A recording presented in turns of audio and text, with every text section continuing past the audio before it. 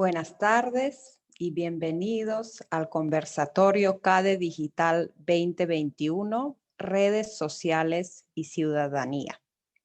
Este es el primer espacio que le estamos realmente dedicando a la educación digital dentro de lo que son los preeventos del CADE Digital 2021. Nuestro evento que se va a dar el 11, 12 y 13 de mayo ya está a la venta, así que en primer lugar les invito a todos a inscribirse a este importante evento que va a incluir no solo temas educativos, sino también tecnológicos, económicos, políticos, todo lo que tiene que ver con el ámbito digital tan amplio que estamos viviendo con bastante intensidad hoy en día. Esta noche tengo el placer de estar junto al doctor Julio César Mateus y a la periodista Alejandra Puente, con los cuales voy a conversar sobre los retos y las oportunidades en las nuevas formas de participación. Sabemos que el mundo está hiperconectado, realmente las redes sociales, el mundo virtual nos permiten compartir de forma sin precedentes. Sin embargo, se puede cuestionar si esto realmente representa una forma de empoderamiento, especialmente cuando se combina con, digamos, una falta de recursos orientados a la educación mediática. Y eso es un tema súper interesante que vamos a abordar el día de hoy. Entonces, sin más preámbulos, le quisiera presentar al primer invitado, al doctor Julio César Mateus de la Universidad de Lima, y darle la oportunidad en realidad de él hablarnos un poquito sobre sus líneas de investigación. Él es alguien que ha desarrollado ya bastantes publicaciones, ha publicado bastante en el tema de educación mediática también en relación a los docentes, en la formación docente. Entonces te doy la palabra, Julio César, a ti para que nos puedas contar un poquito sobre ti y cómo todo tu trabajo se relaciona con este tema tan importante que estamos abordando el día de hoy. Muchas gracias, María. Hola, Alejandra. Gracias a los amigos de PAE por la invitación. Es para mí un gusto estar esta noche compartiendo ideas sobre un tema que efectivamente venimos trabajando, y María conoce nuestro trabajo porque hemos investigado juntos y trabajado juntos en el concepto de la educación mediática. Se conoce poco sobre la educación mediática, no suena mucho en la agenda educativa. No suena como la agenda de la educación matemática o la educación artística, ¿no? Que la gente sí la reconoce mucho más. Y se confunde mucho la educación mediática, de la que ahora vamos a hablar y vamos a explicar, con la tecnología educativa, ¿no? Muchos docentes o muchas personas vinculadas con el ámbito educativo sienten que por el solo hecho de utilizar una tecnología ya están educando mediáticamente, pero la educación mediática se basa en la premisa de que necesitamos desarrollar capacidades críticas para interactuar con los medios de comunicación. Es decir, no educar con los medios, sino educar sobre los medios. Esa televisión con la que interactuamos, la radio, la prensa, en fin, todos los medios de comunicación y más aún con las redes sociales y con la llegada de los medios digitales. Entonces, la educación mediática, que es el tema sobre el que investigo y sobre el que enseño, se relaciona precisamente con esa necesidad y esa urgencia para los ciudadanos y para la formación ciudadana de comprender los medios y saber qué cosa hay detrás de ellos. Excelente, muchas gracias, Julio César. Y luego quisiera presentar a Alejandra Puente, que realmente no requiere presentación porque la conocemos de la pantalla. Seguro que todos la hemos visto, tanto en noticieros como en el programa cultural que actualmente está conduciendo. Sin embargo, Alejandra tiene otras facetas también muy interesantes. Es directora de Media Hack, por ejemplo, y es comunicadora y también comenta mucho el tema de los fake news, las noticias falsas. Entonces te doy la palabra, Alejandra, para que te presentes, pero tal vez en una faceta que el público general no conoce tan bien. Estás en silencio, Alejandra. Muchas gracias, María, por esta presentación. Buenas noches, Julio César, y a todos los que nos están acompañando. Así es, bueno, yo tengo otra faceta que es esta dedicada a la comunicación estratégica en espacios digitales. Y eso me llevó a explorar el efecto de las fake news dentro de las comunicaciones y cómo estas se difunden a través de nosotros, ¿no? Le echamos mucho la culpa a las tecnologías como las responsables, pero finalmente quienes producen las noticias falsas son personas, quienes las consumen son personas, quienes las difunden son personas, y la tecnología de alguna manera lo que hace es permitir y habilitar este comportamiento. Entonces, como profesional, lo he vivido desde el ámbito del periodismo, lo nocivo que puede ser incluso dentro del comportamiento de periodistas y medios de comunicación, que también somos personas y también somos afectados por este fenómeno, no somos inmunes por más educación mediática que tengamos, y también del otro lado de el efecto de la tecnología. ¿Por qué es que la tecnología, la pregunta que yo me he planteado, me lo planteé también en mi tesis de maestría, por qué esta tecnología hace que seamos más propensos a creer en desinformación, ¿no? ¿Cómo nos ha cambiado de manera psíquica, psicológica, incluso física, porque hay estudios que dicen que el teléfono celular, por ejemplo, ha cambiado la manera en la que aprendemos, la manera en la que desarrollamos pensamiento crítico y nos ha vuelto un poquito más superficiales en esa forma de pensamiento. Entonces, he tratado de alguna manera, entender cómo la tecnología nos ha afectado en nuestra capacidad de poder discernir, ¿verdad?, en las comunicaciones, qué es verdadero y qué es falso. O sea, no es hoy una persona con 3 PhDs es tan propenso a creer en noticias falsas que una persona sin educación primaria. Entonces, digamos, ya no se trata de un tema solamente de educación, se trata de entender, como decía Julio César, ¿verdad?, cómo funcionan estas tecnologías para poder estar atentos a sus efectos, ¿no? Y no ser cómplices de efectos indeseados, ¿no? Exacto. Muchas gracias, Alejandra. Y finalmente, brevemente me voy a introducir a mí misma. Mi nombre es María Ruuskanen. Yo soy de nacionalidad finlandesa, eso seguro que lo van a notar también a lo largo de la noche, así que si digo algo que suena un poquito raro, por favor, me disculpan, que es mi segundo idioma, pero sí llevo muchos años ya en Latinoamérica, en el Perú, y he sido testigo, digamos, de todo este fenómeno que vamos a abordar el día de hoy. O sea, lo complejo que es cuando hay un alto nivel de uso de redes sociales y cuando no realmente se prioriza mucho el tema de la educación mediática.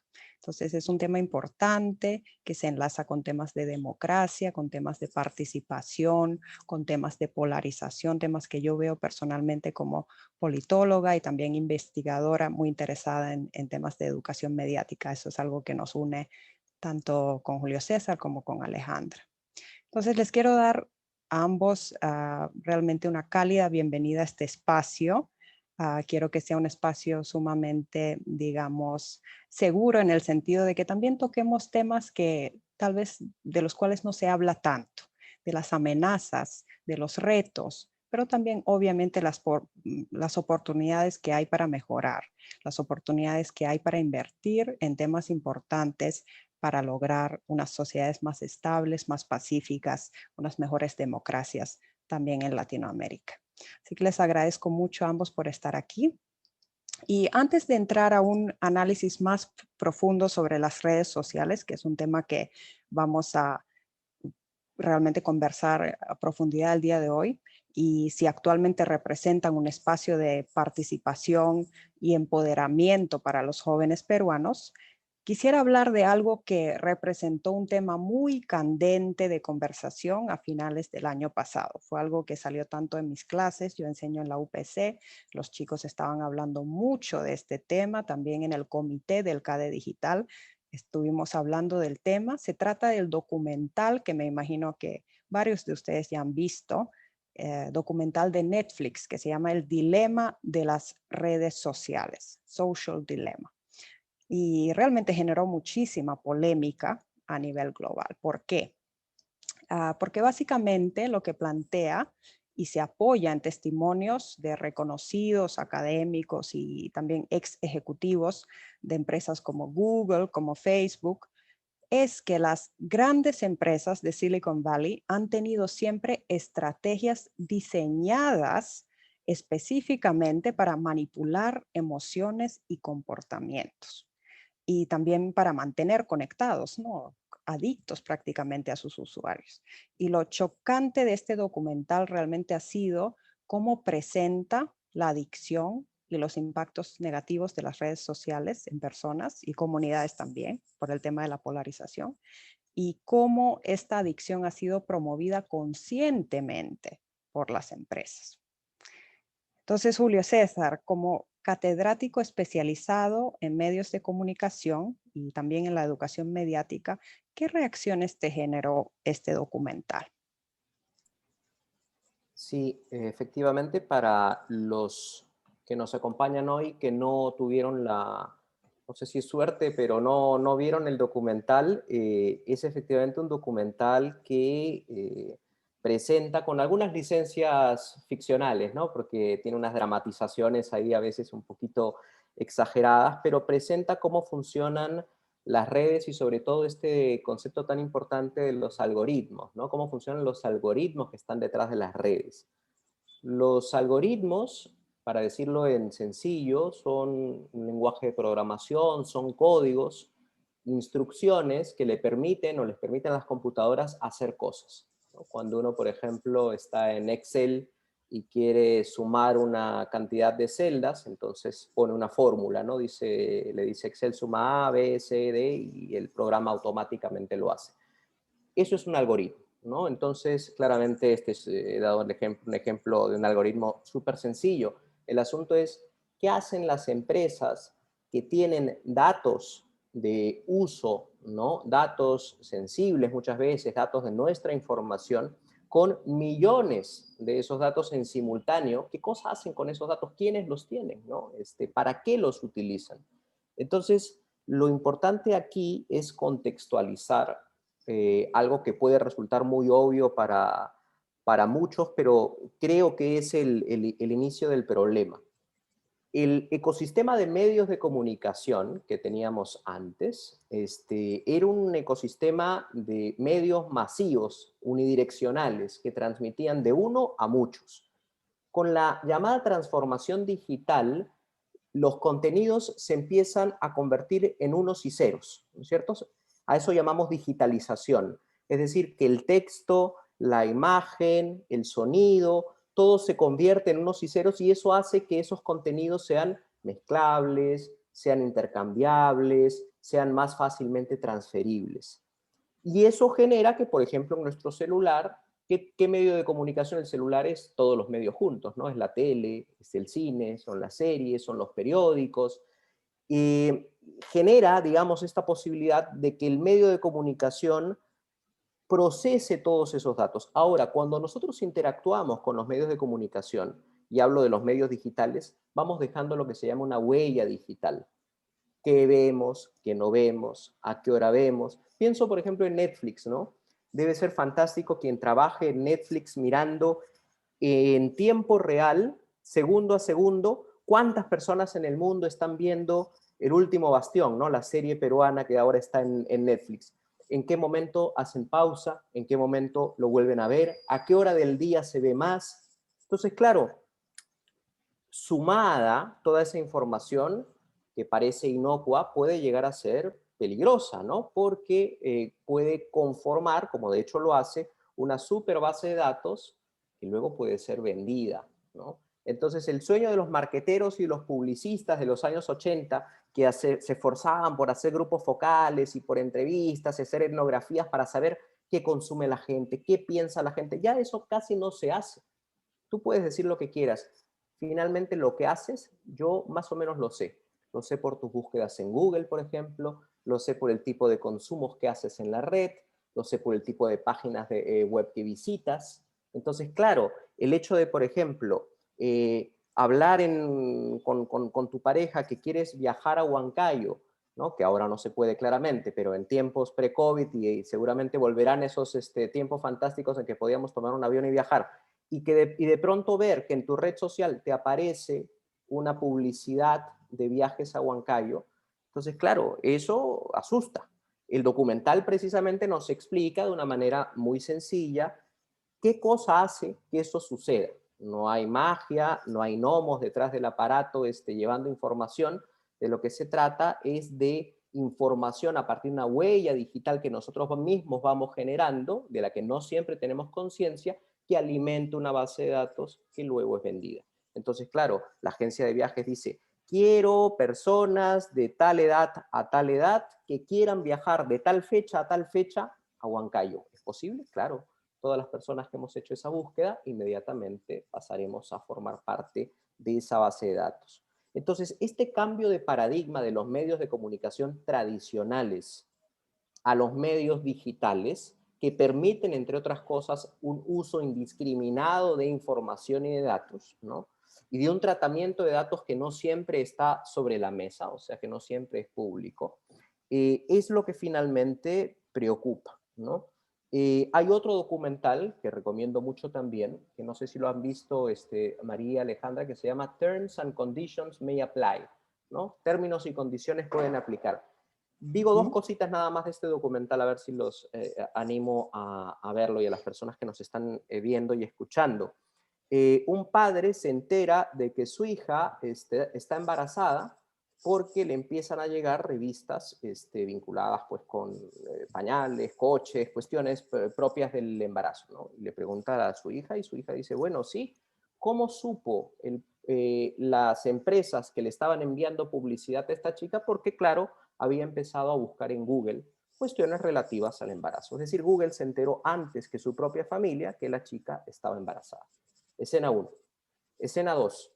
Llega un turista al hotel y se encuentra con una multa, ¿no? Por haber excedido la velocidad en Holanda. Una multa de la policía holandesa.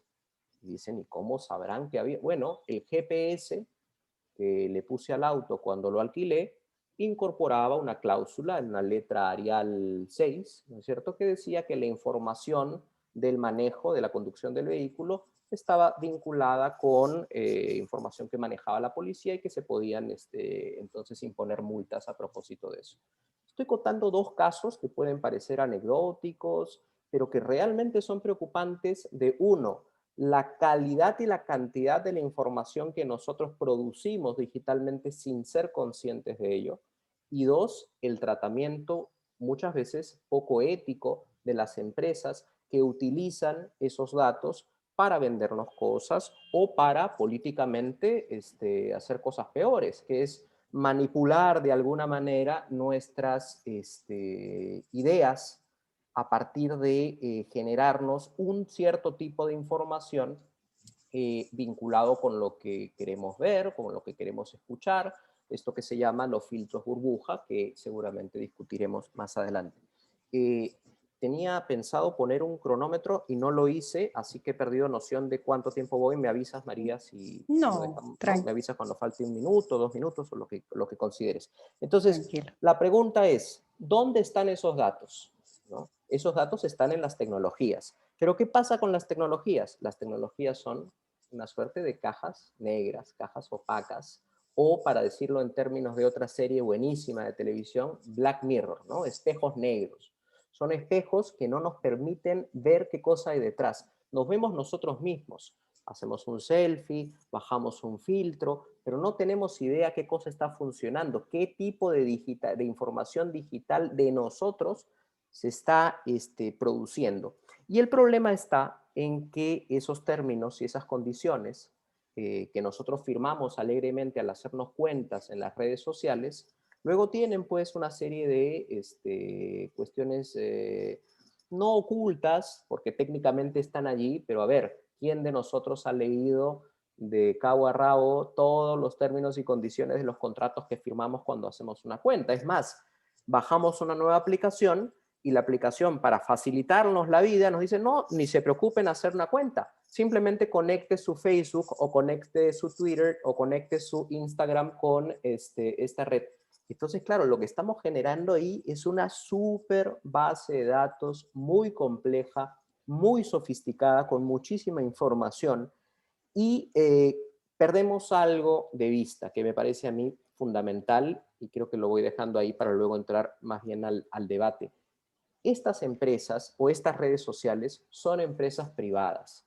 Lo digo porque en el imaginario de mucha gente, incluido muchos alumnos que a veces discutimos sobre estas cosas en clase, y efectivamente, como bien dijo Alejandra, pues el hecho de hacer educación mediática no te inmuniza, te puede proteger de alguna forma porque sabes más algunas cosas, pero no te inmuniza, ¿no es cierto?, de estar, digamos, con tus redes sociales o con tus datos al servicio de gente que no conoce. Son redes que finalmente pertenecen a empresas privadas que tienen una finalidad comercial. No son derechos ni son servicios públicos.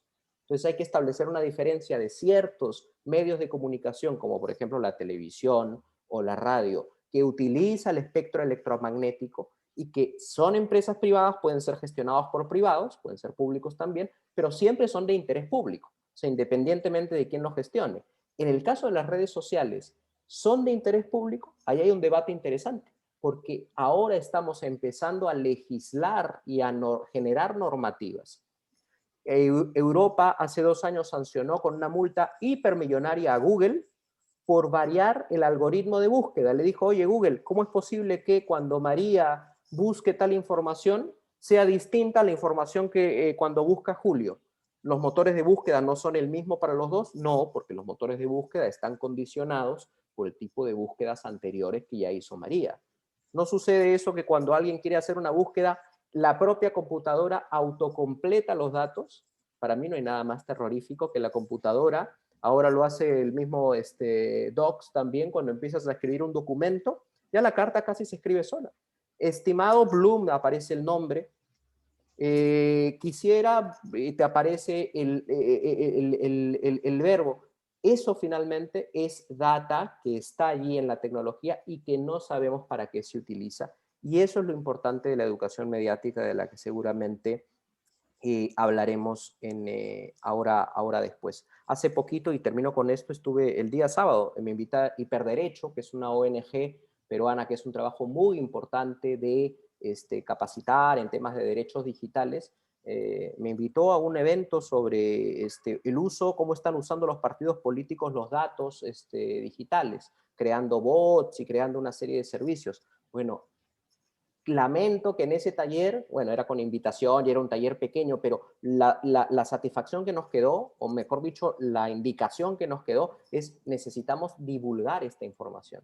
O sea, todos deberíamos estar muy al tanto de lo que son nuestros derechos digitales, de cómo funcionan estas cosas y cómo protegernos sin llegar a un punto extremista de ser temerosos, porque finalmente vivimos en un mundo mediático, mediatizado, atravesado por los medios de comunicación. Entonces no conviene tampoco generar esta idea de los medios son malos y yo soy bueno, ¿no? Creo que lo dejo por ahí ahora y luego retomamos. Muchas gracias, Julio César. Muchas ideas sumamente importantes. Esta idea de la burbuja informativa, ¿no? Que nos empezamos a cerrar en nuestra propia burbuja en base de lo que ya hemos buscado, en lo que nos ha generado interés. También la futura información se alinea por ese lado y no nos permite ver como que el otro lado de la moneda, lo cual está generando polarización grave en la sociedad. Es un tema que toca el documental también, un tema importante en relación a la democracia.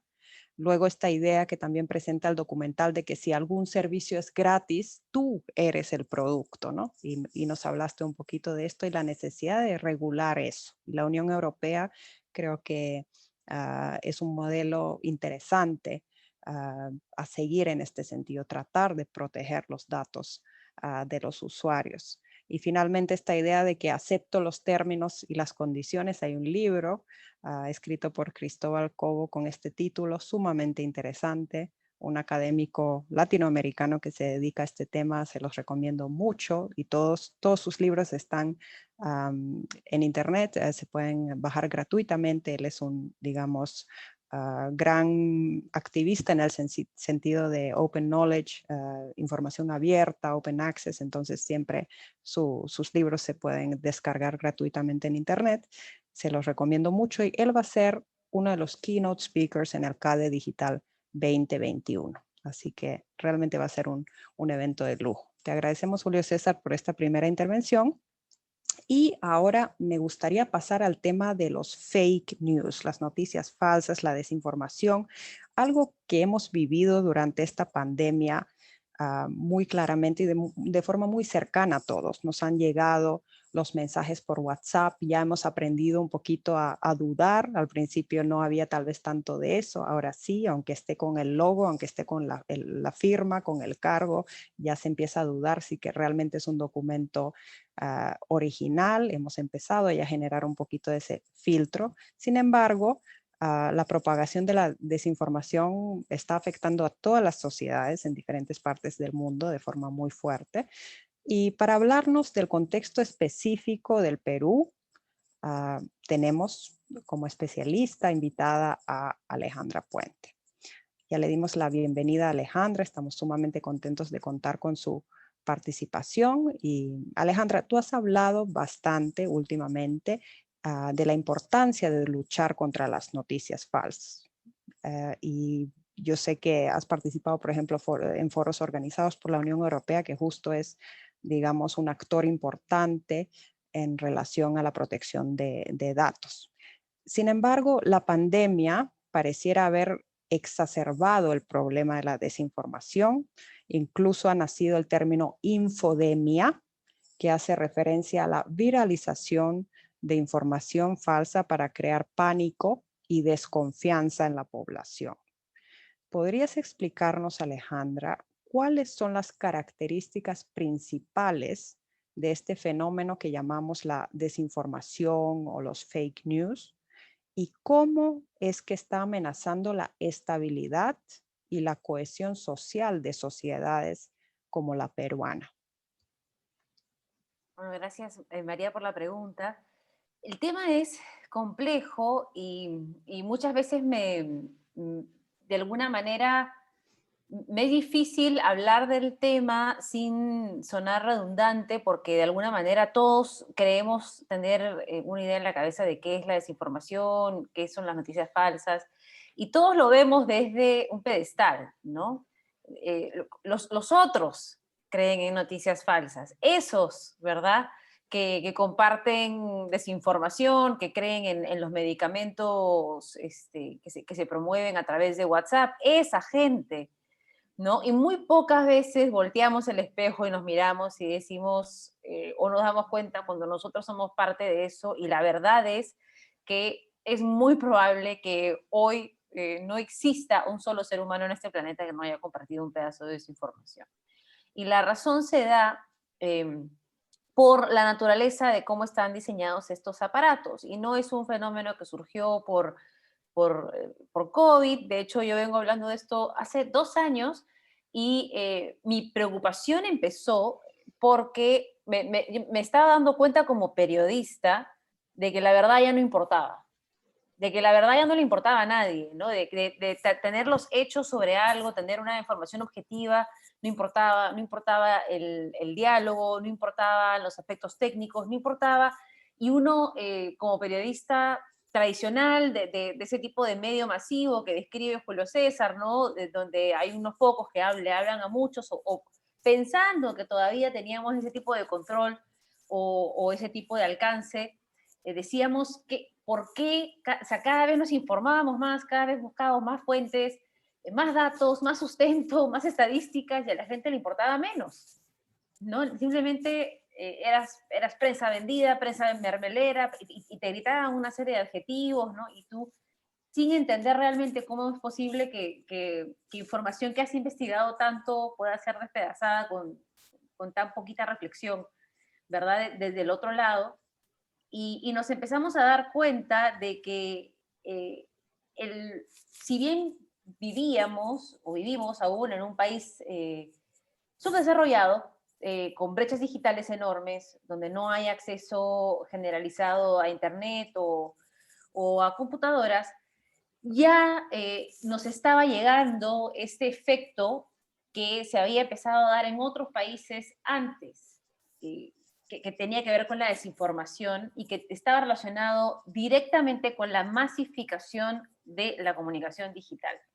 ¿Por qué? Porque la gente hasta hoy, si escuchas la campaña, culpan a los medios de comunicación del ascenso de ciertos candidatos, ¿no? Los medios de comunicación tradicionales, que cada vez tienen menos rating, cada vez tienen menos plata, que cada vez tienen menos alcance. Ellos son los culpables de que asciendan los candidatos, ¿verdad? O de los discursos extremos, ¿no? Digamos. Pero la gente no sigue sin darle importancia a las redes sociales y a los medios digitales, porque los siente tan cercanos a ellos, los siente tan a la mano, tan al día a día, que no percibe los efectos de esa comunicación en incluso sus personalidades. Nosotros como sociedad nos hemos radicalizado y eso tiene un origen en el acceso a tecnologías digitales. Y tiene a ver, hoy decimos cosas en redes sociales que antes no se nos hubiera ocurrido decir en público. Lo decíamos en público en una reunión con amigos en casa. Todos hemos escuchado esas discusiones donde se agarran, se trenzan, ¿verdad? Personas de facciones extremas a hablar de política, que derecha, izquierda, que arriba, abajo, ¿no? Y discuten. Bueno, todos hemos estado en esas reuniones. Pero más allá de las reuniones, antes de la masificación de la tecnología digital, a nadie se le hubiera ocurrido insultar a alguien que acaba de conocer en la calle o asumir de alguna manera una postura, o que la otra persona tiene una postura por usar una palabra, por usar un léxico. O sea, hoy tú puedes saber qué piensa ideológicamente y políticamente una persona por el tipo de meme que te manda, por el tipo de chiste que te hace, por el tipo de palabras que usa, ¿no? Una persona usa este adjetivo, tú ya sabes que esa persona es de izquierda, de estas características. Y entonces todo lo que diga lo vas a anular. Una persona usa esta otra palabra, tú sabes que es de derecha, de estas características, y todo lo que te diga, cierto, no cierto, falso, no falso, lo vas a anular. Entonces, esa polarización que se ha generado tiene que ver con las tecnologías. Y yo aquí no quiero satanizar a la tecnología, porque para mí la tecnología es como un martillo, ¿verdad? Entonces, no sé, pues no va una persona a la ferretería y compra un martillo. El ferretero no le pregunta si va a construir una casa o va a asesinar a 5 personas con un martillazo en la cabeza, ¿verdad? Lo que haga esa persona, ¿verdad? Con ese martillo depende de ellos. Y esa ha sido la posición de todos estos creadores, ¿verdad? De tecnología. Ellos, o sea, crearon un medio digital y dijeron, ¿qué quiere hacer la gente? La gente quiere comunicarse, quiere compartir, quiere verse a sí misma. Hay que darle lo que quieren, ¿no? La gente quiere sentirse escuchada, la gente quiere expresar opiniones emotivas, opiniones fuertes. Entonces hay que dejar que esas opiniones fuertes se viralicen más rápido, tengan más alcance, ¿verdad? ¿Qué fue lo que empezó a suceder?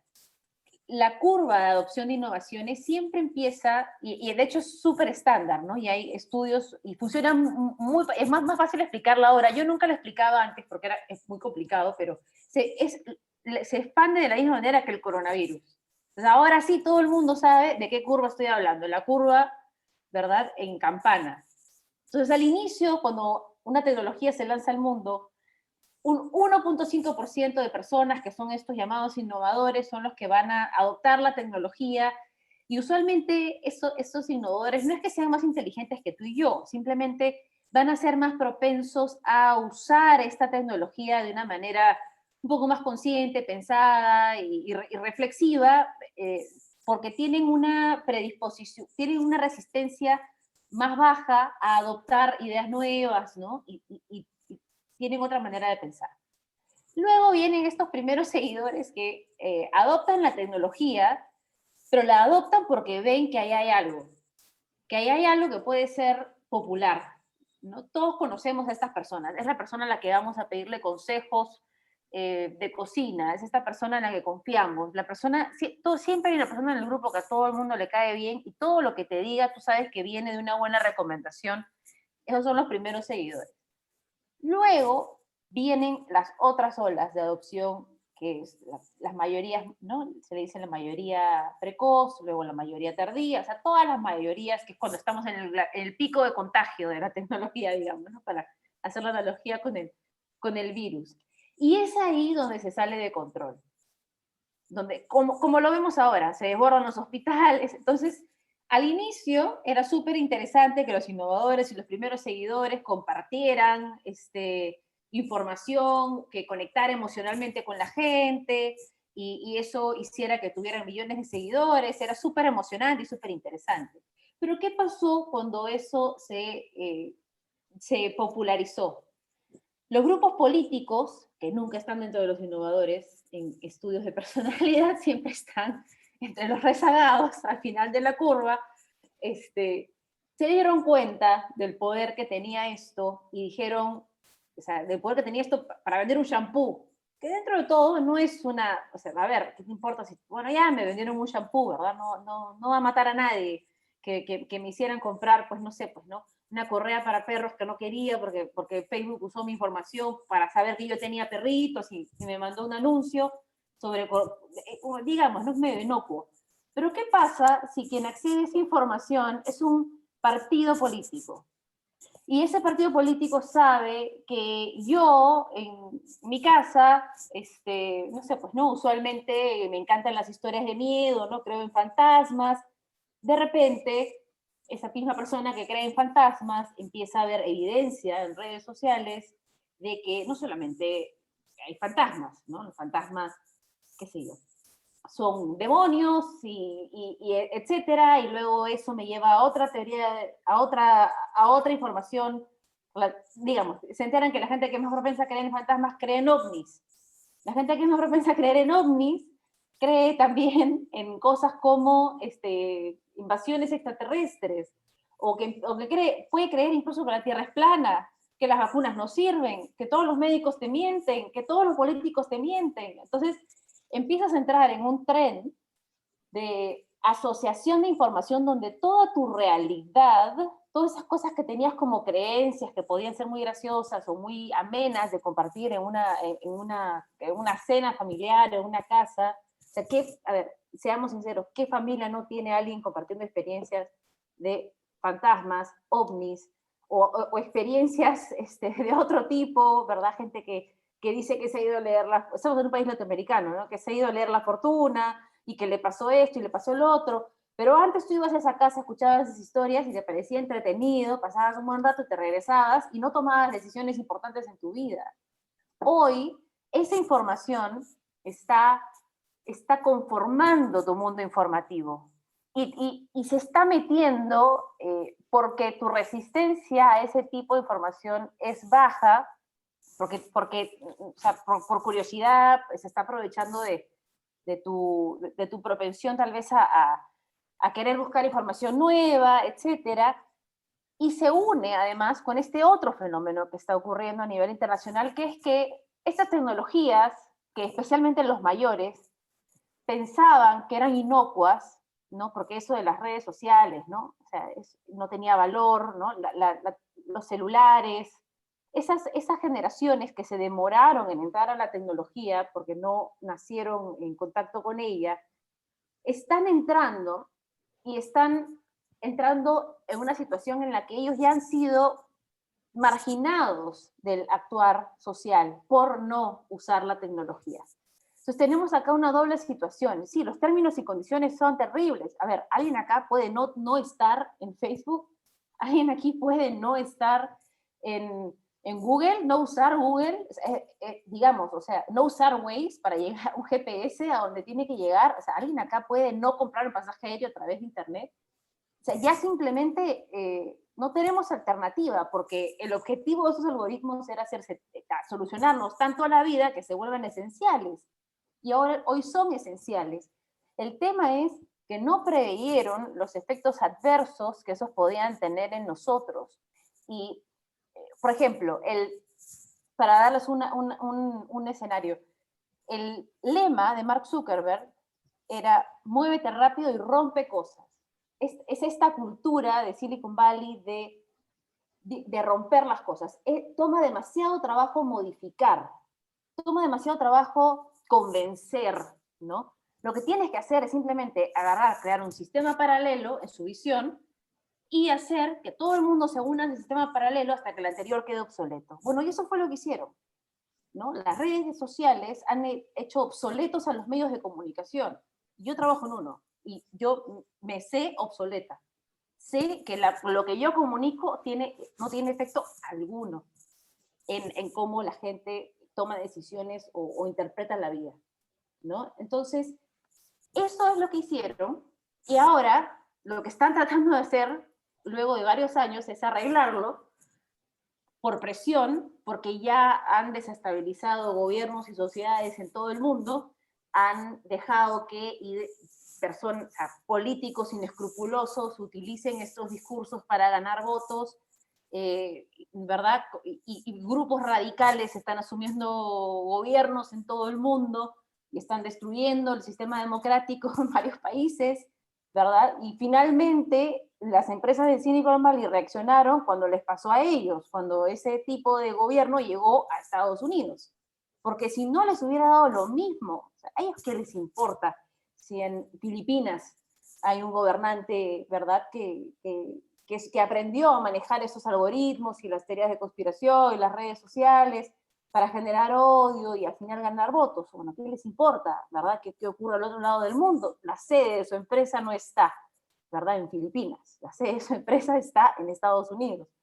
Entonces, finalmente, si estamos viendo algunos cambios, pocos, en estos algoritmos, en cómo se difunde la información, y yo creo que todos nos hemos dado cuenta que las publicaciones en esta pandemia han tenido menos alcance, se ha dado, uno, porque ocurrió en Estados Unidos, y dos, sí, por el coronavirus. Porque es la primera vez que estamos todos como planeta en el mismo fenómeno al mismo tiempo. Antes, nosotros veíamos este efecto de la desinformación en elecciones, y es como una cascada, ¿no? Empezó con Barack Obama. Lo que pasa es que Barack Obama usó esto de una manera, entre comillas, positiva, porque el valor emotivo que difundió en su campaña fue la esperanza, ¿verdad?, y la unidad. Pero cuando ya eso, una elección después, se transformó en odio, y la emoción que se utilizó para llegar al gobierno fue el odio y la separación, ya estábamos viendo un cambio radical en esa tecnología. Y nosotros, ojo, hay otro documental que se llama The Great Hack, que muestra un mapa de dónde estaba Cambridge Analytica, ¿no?, esta empresa que manipulaba las redes sociales para ganar elecciones y generó el Brexit. El Perú está en ese mapa. Así que en las elecciones anteriores hay gente que contrató políticos que contrataron a Cambridge Analytica, según ese documental, para postular. No sabemos quién fue, porque nadie se preguntó, y bueno, nosotros no tenemos acceso seguramente a esa información, pero digamos que ya se había utilizado, y actualmente se está utilizando en esta campaña. Lo que pasa es que todo nuestro país lleva con 4 años de retraso, y nosotros seguimos creyendo, ¿verdad?, que esto es espontáneo, que qué habrá pasado con la sociedad, y nos agarra todos sorprendidos, ¿no? ¿Qué nos habrá pasado? Nos hemos radicalizado, qué tristeza el Perú. Y es como, a ver, lo único que ha pasado es que en los últimos años, yo marcaría desde 2013, se masificó el uso del celular, el teléfono inteligente en el país, con planes de datos baratos, se amplió el ancho de banda, y ahora en la pandemia se acortó la brecha digital, y ahora hay mucha más gente que antes no estaba conectada, entre un 10 y un 20% más, que hace año y medio, por ejemplo. Entonces, eso es lo que ha pasado, ¿verdad? Tenemos mucho más gente expuesta a esta tecnología que no necesariamente entiende los efectos que esta tiene, y cuando tú los efectos los multiplicas por millones, tienes pues resultados como los que estamos viendo ahora. Creo que he pasado de tiempo, ¿no? No, muchas gracias, Alejandra. Sumamente interesante todo lo que nos compartes, que nos permite realmente entender lo complejo que es este fenómeno. Y antes de pasar a Julio César de nuevo para que nos diga qué podemos hacer al respecto, quiero recordarle al público que para hacer sus preguntas, va a haber un espacio de preguntas, pueden utilizar la función Q&A, preguntas y respuestas de Zoom, que van a encontrar en el panel inferior. Ahora, después de esta excelente presentación de parte de Alejandra, de la complejidad del fenómeno que estamos viviendo, me gustaría seguir con Julio César Mateos de nuevo y entrar un poco al tema de la educación mediática y su importancia en contrarrestar estos fenómenos de los cuales venimos hablando. Y para esto quisiera tocar el tema del uso de las redes sociales. Según datos recientes de OCIPTEL, la gran parte del uso que le da la población peruana a la conectividad, que cada vez es mayor por el tema de los planes de datos económicos que mencionó Alejandra, se relaciona con el uso de las redes sociales. O sea, la mayor parte del uso que se le da a la conectividad es para utilizar redes sociales. Al mismo tiempo, el nivel educativo de la población en promedio sabemos que es muy baja y esa brecha está creciendo ahora en tiempos de pandemia. Entonces, Julio César, ayúdanos a entender cuáles son los principales retos y oportunidades también que representa esta situación. Sí, gracias, María. Muy interesante lo que planteaba Alejandra. Retomo esto último, o no fue lo último, lo dijo casi a la mitad, pero coincido en el sentido de que no podemos marginarnos o autoexcluirnos del sistema mediático en el que estamos, ¿no? Y el sistema mediático además opera en conjunto, ¿no? Por algo es un sistema. Es decir, los medios de comunicación no influyen o no impactan o no tienen efectos de manera desarticulada, sino en la suma, en lo que miramos en la tele, lo que leemos en el WhatsApp, lo que leemos en la otra red social, de manera que en esta lógica transmedia los contenidos migran hoy con mucha facilidad de un medio a otro, y esto es lo que decíamos al inicio, es una de las características centrales de este contexto digital. Entonces, ¿qué hacemos frente a esto? Desde los fines de los años 70, organismos como la UNESCO, preocupadas por el impacto o el peligro que supone ignorar el impacto de los medios de comunicación en la vida social, empezaron a abogar por este concepto de la alfabetización mediática o educación mediática, o lo que otros llaman alfabetización digital. Cuando decimos digital y mediático estamos hablando de lo mismo, ¿no? Mediático, medios, digital, algunos medios, solo digital. Entonces preferimos hablar de lo mediático porque incluye también a los medios tradicionales que todavía en nuestro país, por la brecha digitales, son muy importantes. Entonces, se han desarrollado infinidad de eventos, de declaraciones, de investigaciones que confirman esto y confirman la importancia. Sin embargo, esta preocupación no se ha traducido necesariamente en acciones concretas en los sistemas educativos, ¿no? Por ejemplo, en las escuelas, ¿no? Esto no hay un curso especializado que te enseñe de alguna manera o que te permita o que te dé espacio para discutir sobre los medios o sobre el impacto de las noticias. Entonces, claro, la agenda educativa global ha priorizado más bien el desarrollo de modelos de gestión pensados en la productividad, pero ha olvidado esto que en todas las declaraciones parece ser lo más importante, que es la ciudadanía plena. Uno no puede ser ciudadano, ¿no es cierto?, en el siglo XXI, si no sabe leer y escribir, o no puede acceder a esta ciudadanía plena, pero ese leer y escribir hoy también integra o incluye a los medios de comunicación, es decir, si no sabe expresarse en los medios de comunicación de manera crítica, responsable, conociendo un poco cuáles son las posibilidades y también cuáles son los problemas que esto pueda generar. Hace un momento que Alejandra hablaba sobre esto que me parece muy potente. Uno se siente protegido detrás de la pantalla, efectivamente, para decir cosas que no diría en el cara a cara, ¿no? Esta suerte de anonimato o el trolling, que es uno de los efectos más indeseables de las redes sociales. Sin embargo, esto genera huellas que luego pueden jugar y rebotar en contra nuestra. Yo recuerdo la anécdota alguna vez de haber sido convocado para un proceso de selección de una personal para un puesto, y yo recordaba a esta persona por el nombre, porque tenía además un nombre muy curioso, y digo, esta persona, la clase la estaba dando de manera magnífica, era una clase modelo, yo esta persona la conozco, la reconozco de algún lado. Entré al Twitter y recordé que tenía una cuenta donde pasaba insultando a todo el mundo y difamando a diestra y siniestra. Evidentemente yo me sentí en la obligación de tener que reportar esto, porque finalmente de lo que se trata es de validar esta coherencia entre nuestro comportamiento offline y nuestro comportamiento online, porque no son cosas distintas. Entonces, ¿qué pasa? Ahora, como somos todos productores de información y no solo consumidores de información, no tenemos, y vuelvo al tema de la educación mediática, una formación que nos permita hacerlo con criterios.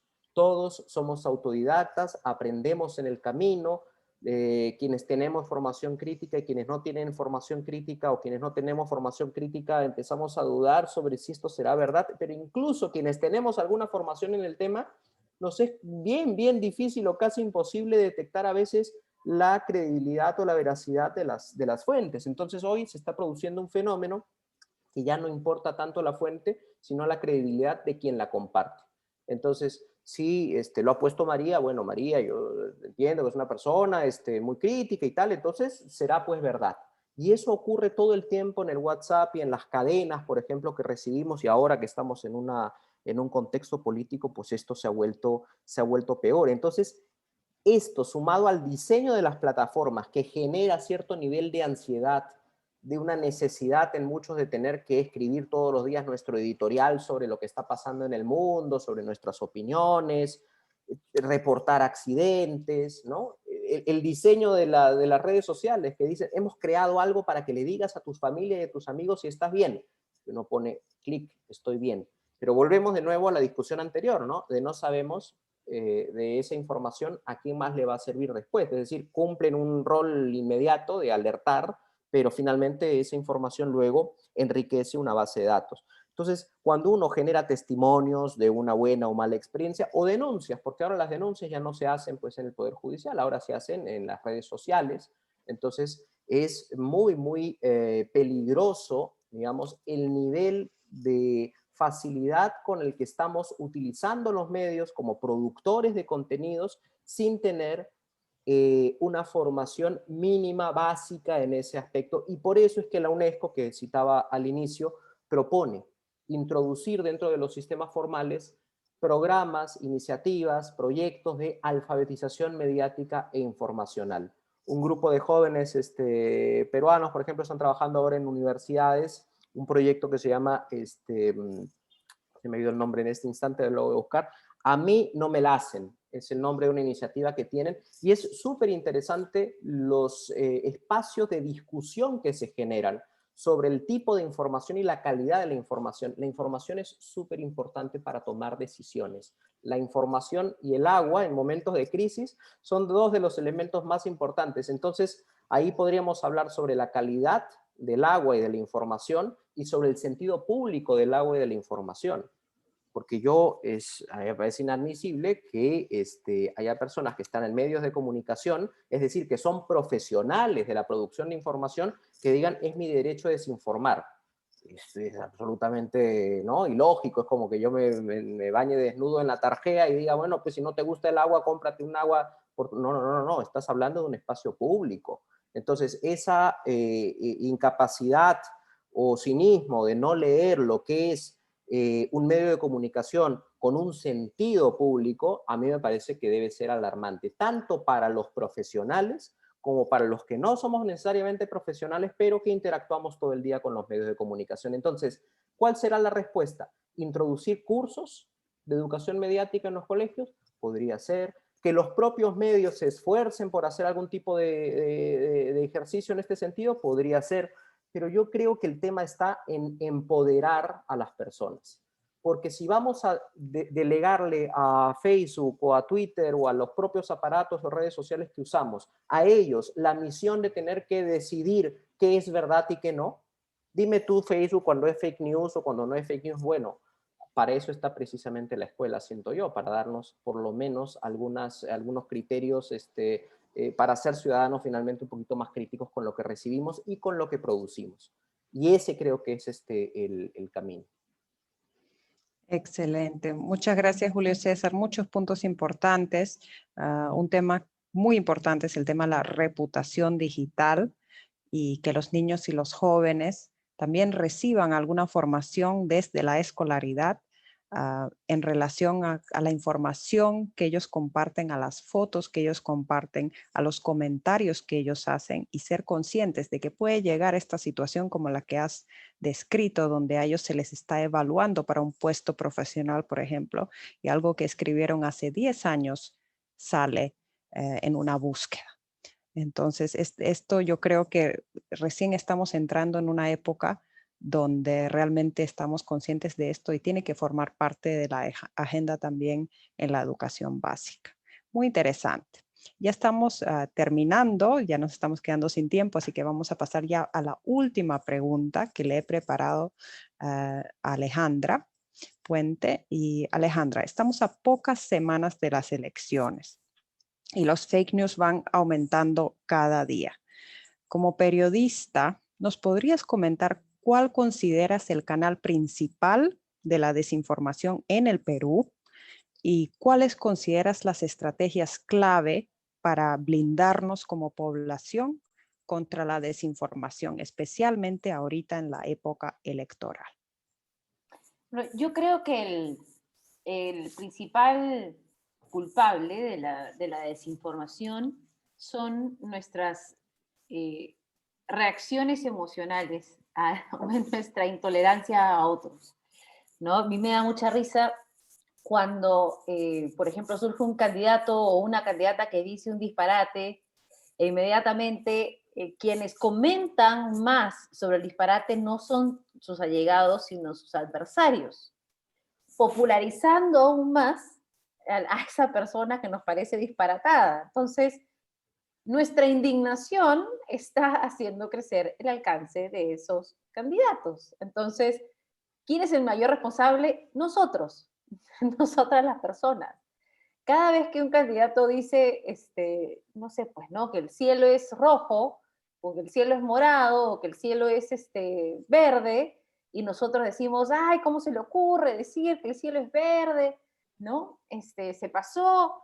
Bueno, cada vez que hacemos eso, estamos haciendo que más gente preste atención, más gente recuerde a esa persona, y por la característica de estas elecciones, siempre ha sido así, pero ahora más, la gente no va a votar por propuestas, porque en medio de toda la bulla, la verdad es que no vamos a escuchar propuestas.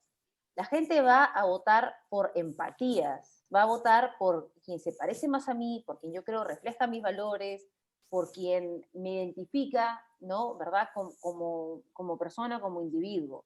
Entonces, al final, no interesa si ese candidato o candidata dijo un disparate, interesa si es que yo le veo la cara y me cae bien. Entonces, si nosotros no queremos que ganen ese tipo de propuestas, hay que mordernos la lengua, ¿verdad? En ese sentido, y dejar que pasen ignorados. Es lo mejor que podemos hacer. Y por otro lado, a mí me gustaría pedir también que no invada la desesperanza, porque lo primero que nos pasa cuando vemos que estamos todos envueltos en esto es sentir desesperanza, ¿no? Por ejemplo, hay una pregunta que hizo una de las personas que está aquí, Mari Carmen, dice, ¿recomendarías eliminar nuestras redes sociales? A veces quiero eliminarlas y no sé, siento que es muy necesario. Yo creo que estamos en un punto en el que no podemos eliminarlas porque, o sea, WhatsApp lo usamos para el trabajo, es una herramienta de trabajo, o sea, sería aislarte y sería quedarnos muy solos. Y yo eso lo he visto, hay muchas personas muy inteligentes, porque es gracioso que la gente pasa de ser innovadora a ser rezagada, o sea, digamos, no es la gente que es rezagada, que no está conectada o que no quiere estar conectada, no es que no sepan o sean ignorantes, no, es al revés. Muchas veces saben tanto y tienen tanta fuerza de voluntad que ellos mismos se desconectan porque no quieren ser manipulados y no quieren participar, ¿verdad? O sea, es al revés, es una conciencia tan alta sobre el efecto de esto que se desconecta.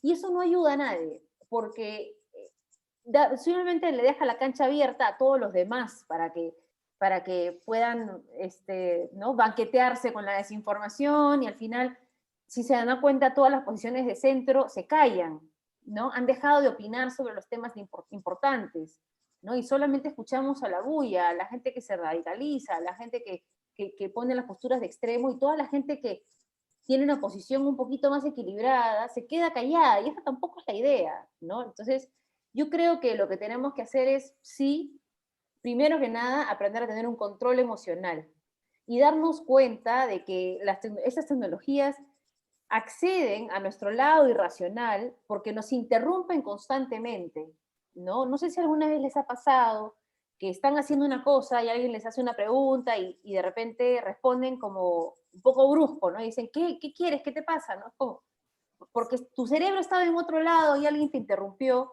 y al interrumpirte, no respondiste tú pasando por tu filtro cognitivo, emocional, no. Respondiste con el cerebro reptiliano, y el cerebro reptiliano está a la defensiva y dice, oye, ¿qué te pasa? ¿No?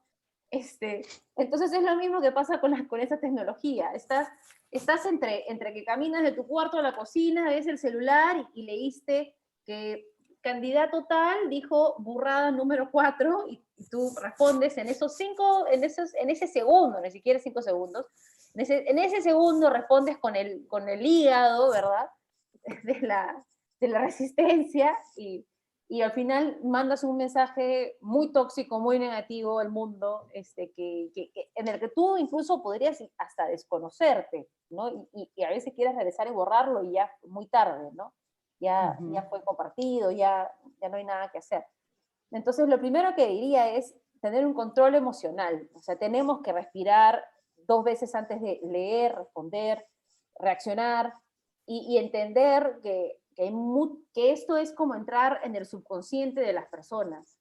O sea, ir a las redes sociales no es tratar con las personas, no es tratar con las personas, no es tratar con esa persona que para visitarte a tu casa se tomaría una ducha, se vestiría bonito, se pondría su mejor ropa y te llevaría un regalo a la puerta. No, tú estás ahorita un poco más y acompañándolo en el baño. O sea, es como en un momento de completa intimidad donde no sé, sabe Dios qué está ocurriendo ahí, ¿verdad?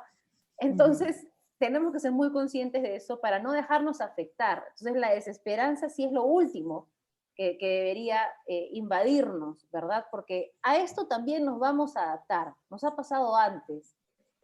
Cuando surgió la televisión, todo el mundo pensaba que ya era el fin de la humanidad, nos iba a embrutecer a todos íbamos a estar pegados a la caja boba, ¿no?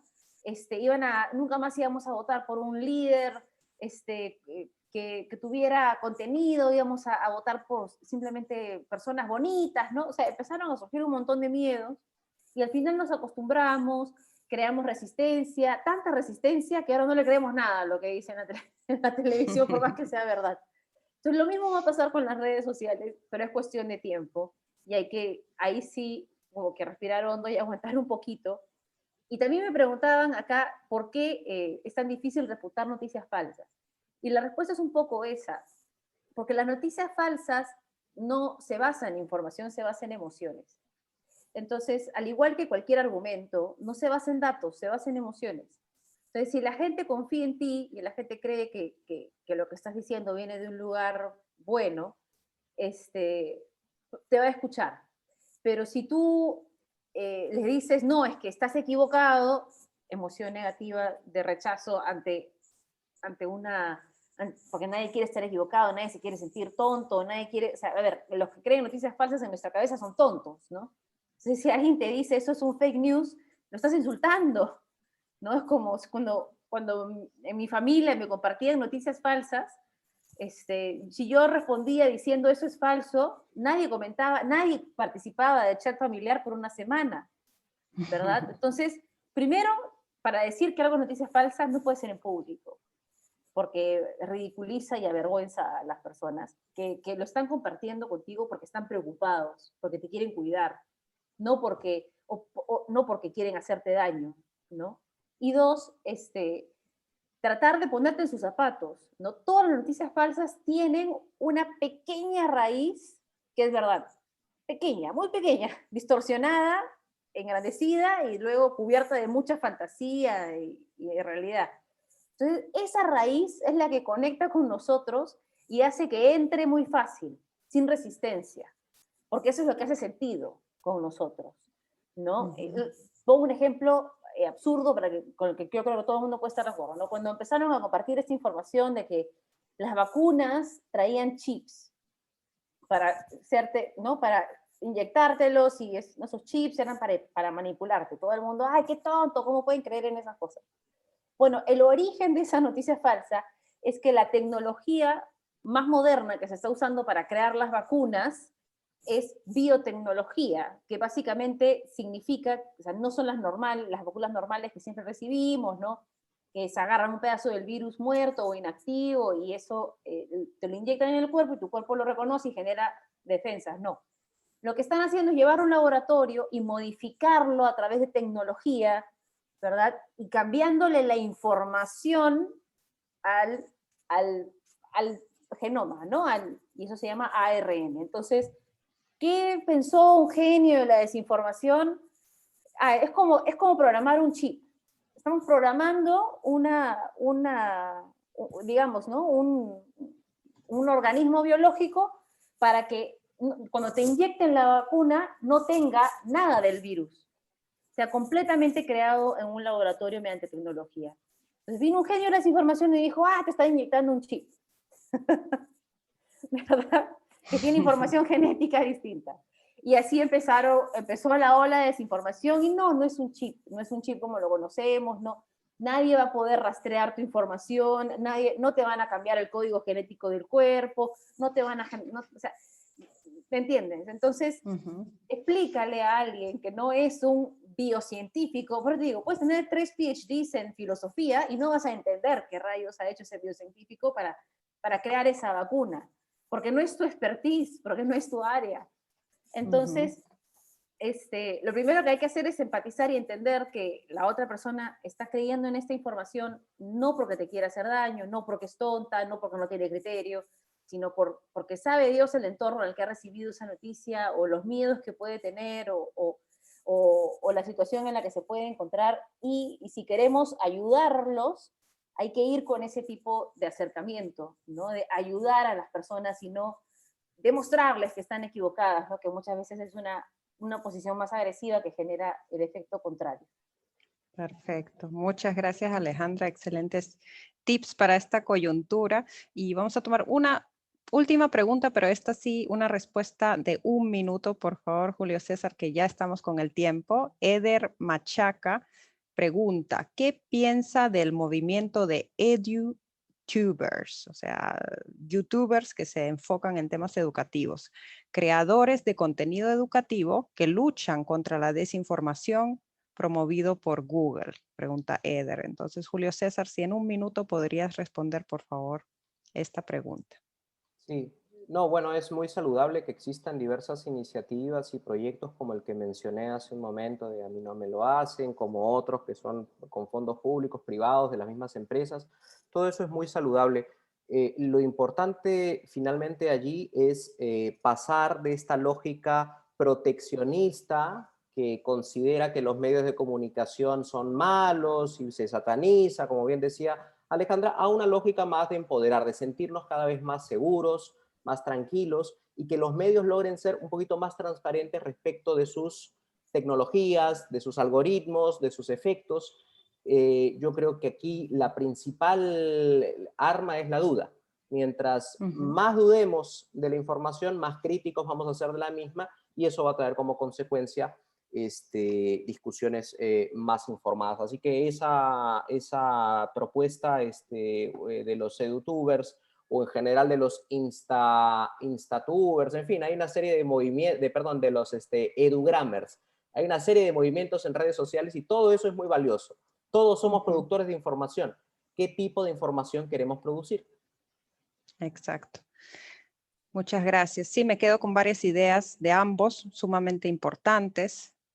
El novelista Umberto Eco tiene una cita famosa que ahorita no la podría citar exactamente, pero tiene algo que ver con la idea que presentó Alejandra, de que las personas que antes se expresaban tal vez en un bar, ya con algunas copas encima, ahora tienen un megáfono enorme y pueden compartir sus ideas a todo el mundo. Y es una situación sin precedentes donde es importante formar a los niños y a los jóvenes que sean conscientes del tema de reputación digital, que estos errores que todos cometemos en adolescencia, por ejemplo, cuando realmente se deja una huella digital en relación a ellos, nos pueden perseguir por toda la vida. Y por eso es importante tener especial cautela en un ambiente digital. Por otro lado, me encantó el mensaje de Alejandra sobre las habilidades sociales y emocionales que hay que trabajar en los niños y los jóvenes y que estas mismas pueden ayudar en el tema de la polarización, en estos problemas en relación a la democracia que estamos viendo hoy en día. Entonces, dejar de ver el otro, ese que no tiene nada que ver conmigo, sino poder buscar, empatizar, entender y promover unas reglas de convivencia básicas, las que estamos promoviendo en los niños y jóvenes en la presencialidad. Nosotros enseñamos como educadores, como madres, padres, de no robar, no ofender, no mentir. Entonces, ¿por qué en las redes podemos robar contenido que no es nuestro sin dar crédito? ¿Por qué podemos ofender sin ningún filtro? ¿Por qué podemos mentir sin ningún filtro? Y de repente eso no debería, de alguna manera consideramos que no debería disminuir nuestro valor en la presencialidad. Al presentarnos en una entrevista no tendría que ser conectados con nuestro perfil profesional. Entonces son temas sumamente interesantes las que hemos tocado el día de hoy. Le agradecemos mucho al doctor Julio César Mateos de la Universidad de Lima y a Alejandra Puente, periodista y conductora de TV Perú Noticias, por su tiempo y por compartir con nosotros el importante mensaje de la urgencia de formar a nuestros niños y jóvenes en competencias mediáticas para justo poderle hacer frente a los desafíos que implica vivir en un mundo hiperconectado y rebosante de información y desinformación. Como nos ha demostrado el ejemplo de las marchas también del año pasado, las redes sociales también pueden representar un espacio de participación ciudadana que es atractivo para los jóvenes por la agilidad que representa. Sin embargo, el riesgo de polarización aumenta en sociedades como el peruano, donde el nivel educativo es bajo, lo cual nos hace subrayar una vez más la importancia de la educación mediática desde la educación básica y especialmente como una parte importante de la formación docente en el país. Seguiremos conversando de estos interesantísimos temas en el evento principal de CADE Digital 2021, donde nos acompañará también el doctor Cristóbal Cobo, un referente en temas de competencias digitales. Los esperamos, las inscripciones ya están abiertas. Les agradecemos muchísimo por su interés. Les deseamos a todos una muy buena noche y gracias por acompañarnos.